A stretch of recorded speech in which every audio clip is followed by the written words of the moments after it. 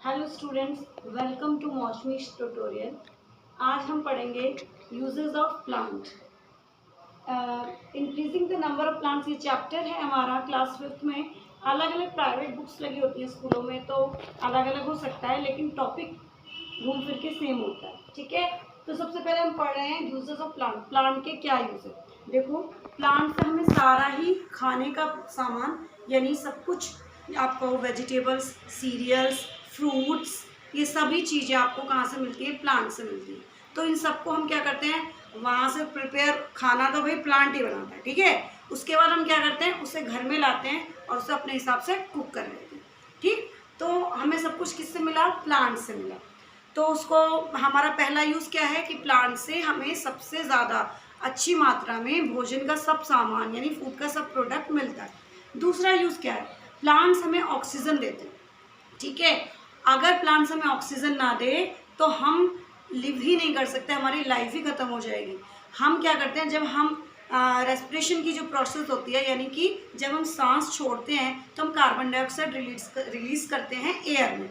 और प्लांट्स क्या रिलीज करते हैं? जब प्लांट्स फोटोसिंथेसिस यानी जब अपना खाना बनाते हैं, उस टाइम पर उनके अलग अलग प्रोडक्ट्स बनते हैं, जिसमें कि ऑक्सीजन भी एक पार्ट होता है। लेकिन ऑक्सीजन को वो अपने अंदर नहीं रखते, ऑक्सीजन को वो एयर में रिलीज कर देते हैं। और वो ऑक्सीजन फिर क्या होता है? एनिमल्स या हम ह्यूमन बींग्स उसका यूज़ करते हैं रेस्पिरेशन में।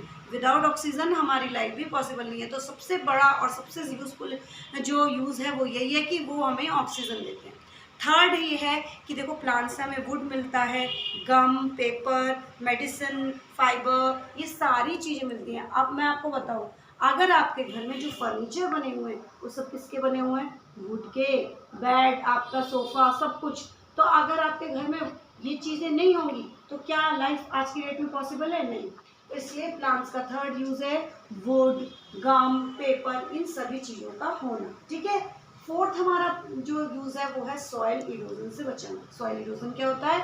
देखो, जब अगर आप कहीं मिट्टी पड़ी होती है तो आप क्या करते हो? पानी बहाते हो, तो वो मिट्टी खिसक के आगे चली जाती है।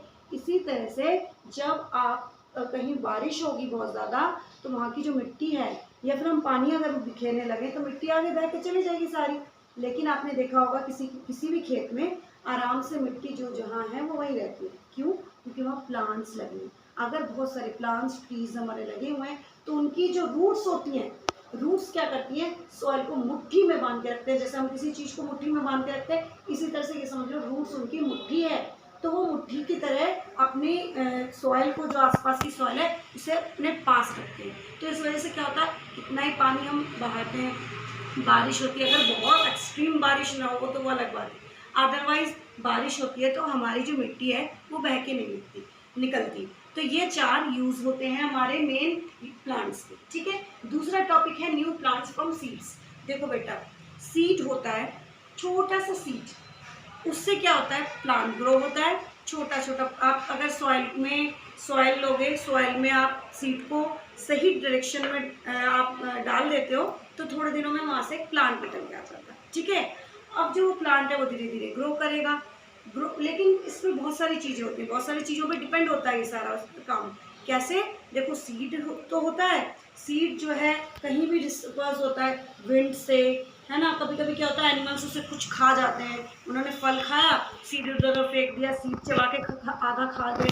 तो इस तरह से क्या होता है, वो सीड बेकार हो जाता है। कई बार फेवरेबल कंडीशन नहीं होती है, सॉइल सही नहीं मिली, ठीक है, ठीक से हवा पानी नहीं मिला, तो वो सीड ग्रो नहीं करता। कई बार हम सीड तो लगा देते हैं, सोचते हैं प्लांट निकलेगा, लेकिन प्लांट नहीं निकलता। इसीलिए नहीं निकलता कि हमारा सिर्फ सीड लगाना ही काफ़ी नहीं है, उसकी फेवरेबल कंडीशन भी एटमॉस्फेयर में सब प्रकार की मिलनी चाहिए, तभी वो सीड ग्रो करेगा। ठीक है, तो न्यू प्लांट्स फ्रॉम सीड्स में यही है कि जब हम सीड लगाएंगे तो उससे नया प्लांट ग्रो करेगा।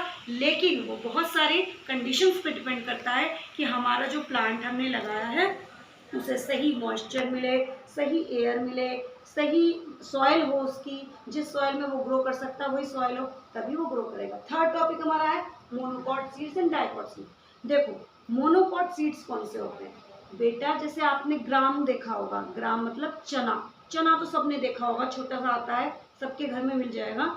तो चना अगर आप भिगो के रख दोगे तो आप देखोगे उसके ऊपर एक कवर होता है पतला सा, वो हटने के बाद वो दो भागों में डिवाइड हो जाता है। ठीक है। तो उस ऐसे जो भी बीज होते हैं ना, उन्हें हम बोलेंगे डाइकॉट सीड्स। डाइकॉट सीड्स समझ में आ गया अच्छे से। डाइकॉट का मतलब है जैसे मटर है, मटर चलो चना नहीं देखा तो मटर तो सभी ने देखी होगी। मटर के ऊपर एक कवर होता है, कभी उसे हटा करके आप देखना मटर के 2 भाग हो जाते हैं, ठीक है। तो वो हमारा डाइकॉट सीड्स में आता है। और जबकि मोनोकॉट क्या होता है, जिसमें 2 भाग होते ही नहीं है जी, वो मोनोकॉट सीड होती है। जैसे कि हमारी वीट, गेहूँ, गेहूँ सबने देखा होता है दाना, नहीं देखा तो आप अपने बड़ों से पूछ सकते हो। गेहूँ का जो दाना होता है वो मोनोकॉट होता है, उसमें मतलब वो 2 भागों में डिवाइड नहीं होता। तो यानी मोनोकॉट सीड्स वो होते हैं जो 2 भागों में डिवाइड नहीं होते, डाइकॉट सीड्स वो होते हैं जो 2 भागों में डिवाइड होते हैं। अगर ये आगे की जो हमारे ये पार्ट्स हैं, इन्हें हम नेक्स्ट वीडियो में पढ़ेंगे, पार्ट 2 में। अगर आपको ये वीडियो अच्छी लगी, अगर आपके लिए हेल्पफुल है, तो प्लीज़ इसे लाइक करें, शेयर करें, सब्सक्राइब करें। Thank you very much.